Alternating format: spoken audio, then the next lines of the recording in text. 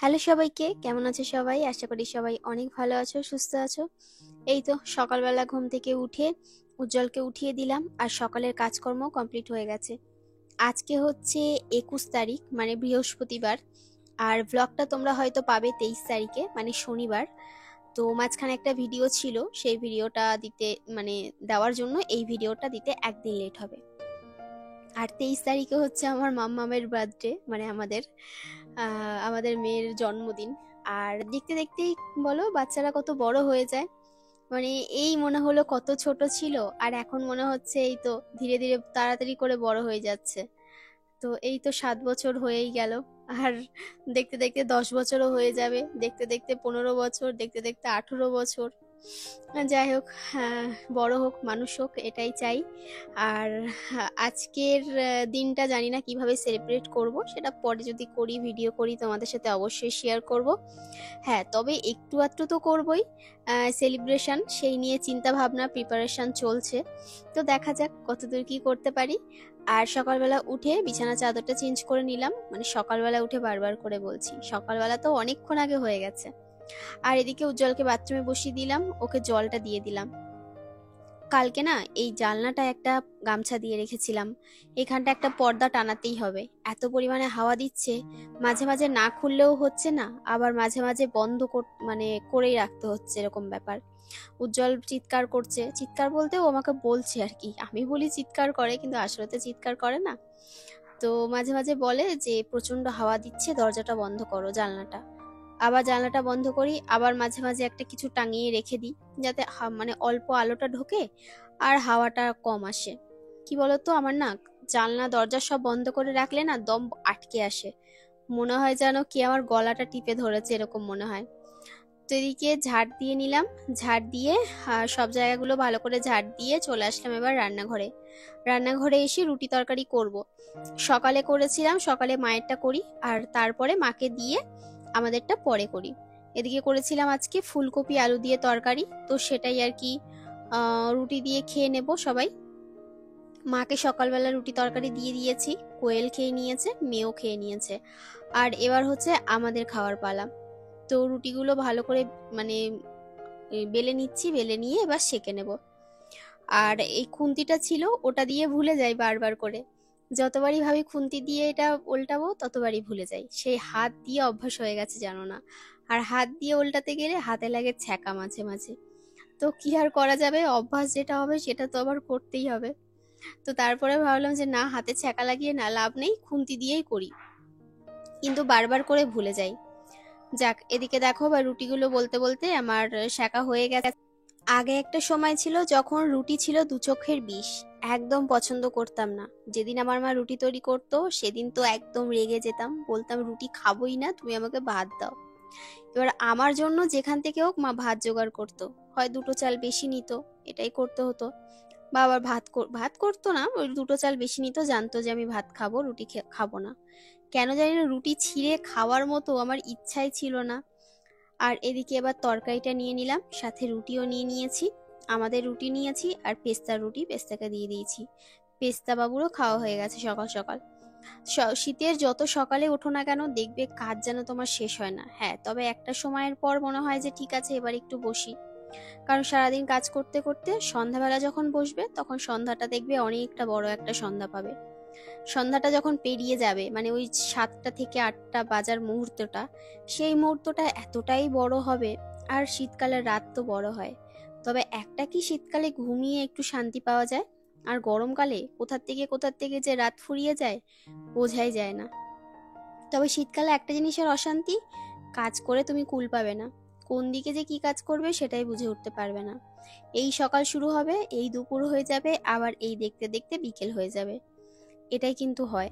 তোমাদের কার কার অসুবিধা হয় বলো তো? আমার তো প্রচন্ড অসুবিধা হয় শীতকালটা। তবে একদিকে ঠিক, শীতকালে আমার এই যে ভিডিওর ক্ষেত্রে আমার অনেক সুবিধা হয়। কেন বলো তো?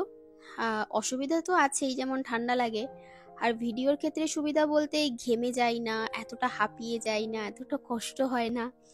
যখনই ভিডিওটা শুরু করি একটু শান্তি মতো করতে পারি, মানে অতটাও কষ্ট হয় না, হাঁপিয়ে যাই না, বা শরীরের ওপর কোনো কষ্ট পড়ে না অতটা। তারপরে আসলাম নিচে, উপরের কাজকর্মগুলো সব করে নিয়েছি। নিচে এসে এবার এই চাদর টাদরগুলো একটু টান টান করে পেতে একটু বিছানাটা ঝেড়ে দেবো। তারপরে নিচের ঘরগুলো ভালো করে মুছে নেব, কারণ নিচের ঘরগুলো মোছা হয়নি। তো ভাবলাম যে আমি যখন এসছি তাহলে একেবারে মুছে দিয়ে যাই। দেখো, লাইটটা জ্বালিয়ে বা পাখাটা চালিয়ে যে মুছবো সেটাই ভুলে গেছি। পাখা না চালালে তাড়াতাড়ি করে ঘর শুকাতে চায় না। নিচের ঘরগুলো জানলা দরজা সব বন্ধ থাকে, তো এবার মানে করেই রাখি, কেউ থাকে না এই ঘরে। আর এই ঘরেও মা ঘরে নেই, মা বাড়িতে নেই আজকে। তো যে কারণে ভাবলাম যে তাহলে ঘরদোরগুলো ভালো করে মুছে তাড়াতাড়ি করে তারপরে ওপরে চলে যাব।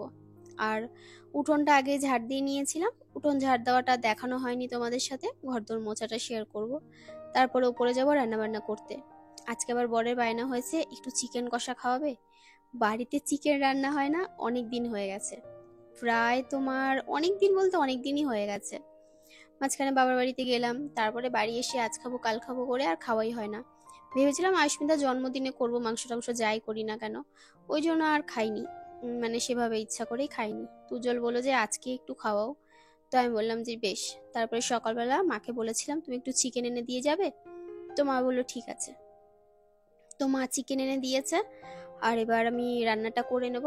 মানে এদিকের কাজগুলো গুছিয়ে হাতের কাজগুলো, তারপরে রান্নাটা করব। তো আমি না স্নান সেরে নিয়েছি একেবারে সকালে। স্নান সেরে তারপরে এদিকে মশলা টশলা সব বাটতে এসেছি।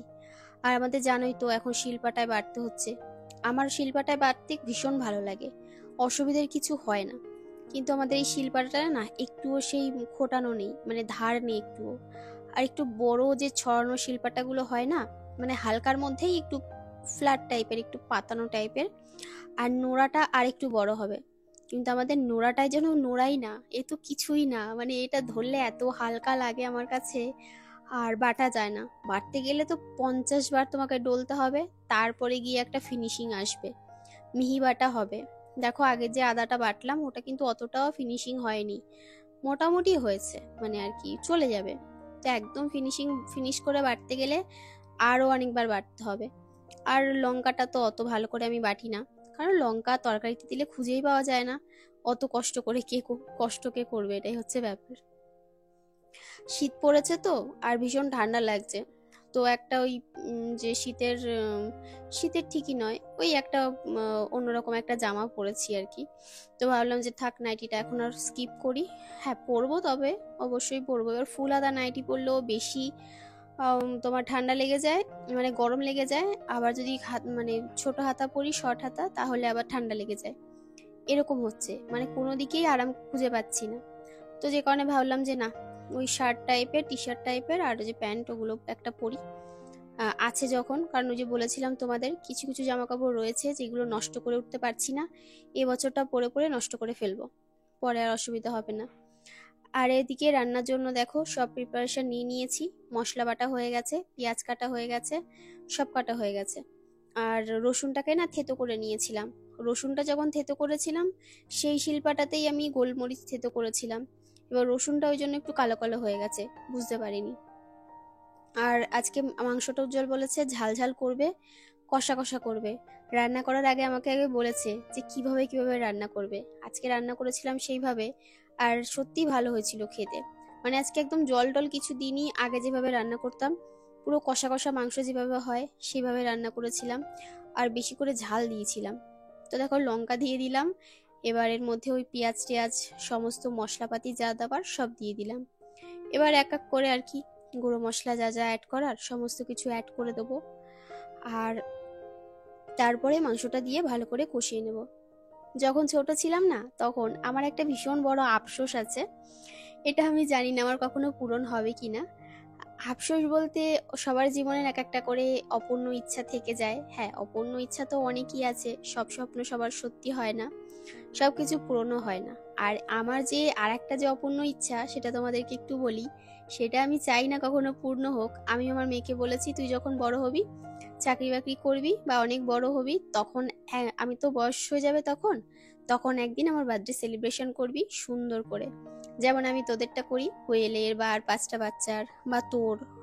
তো সবারটা বাদ দে, তোরটাই ভাব। তুই ভাব মা আমার জন্মদিন যেভাবে পালন করে, আমাকে সেইভাবে একটা বছর মায়ের জন্মদিন সেলিব্রেশন করতে হবে, সেলিব্রেট করতে হবে। তো আমাকে বলছে আচ্ছা মা ঠিক আছে তাহলে করব। তো আসলে ছোটবেলা থেকেই না দেখতাম সবার জন্মদিন সবার বাবা মারা পালন করে। এবার আমাদের সময় তো অতটাও ছিল না যে খুব ধুমধাম করে বা অনেক কিছু রান্না করে ৫ রকমের রান্না করে দিত। সেরকমটাই না, হয়তো একটু পায়েস টায়েস রান্না করে দিত, আমার বান্ধবীদের দেখতাম। কিন্তু আমার মা কখনো আমাদের জন্মদিনে পায়েস রান্না করে তো দূরের কথা, কিছুই করে দেয়নি। তো কোনোদিনও করে দেয়নি। আমি আজ অব্দি মাকে বলি যে সবাইকে দেখতাম অন্তত পায়েস করে দিত, তুমি আমাদের কিছুই করে দাওনি। তো এটা আমার বড় একটা আফসোস যে আমার জন্মদিন কোনো একটা দিন হবে। হ্যাঁ, এখন বয়স হয়ে গেছে, বুড়ো হতে চললাম আর কি, মেয়ে বড় হয়ে যাচ্ছে। এই কথাগুলো বলাটাও এখন উচিত নয়, অনেকেই ভাববে, অনেকেই হাসবে ব্যাপারটা শুনে। কিন্তু এটা সত্যি আমার একটা অপূর্ণ ইচ্ছা যে কখনো না কখনো আমাদেরও বার্থডে সেলিব্রেশন হবে এইভাবে। যাক, এই মজা করলাম এতক্ষণ ধরে। আর এই দেখো, এখানে মাংসটা একদম কষা কষা করে করে নিয়েছি, আর আজকে গোলমরিচ দিয়েছিলাম এর মধ্যে, এত ভালো খেতে হয়েছিল না, পুরো কষা কষা হয়ে গেছে। এবার এখান থেকে তুলে আমার জায়ের বাড়িতে একটু দিয়ে আসবো, আর আমাদের খাওয়ার জন্য আমরা খাবারটা নিয়ে নেব। তো চলো, আজকের মতো টাটা।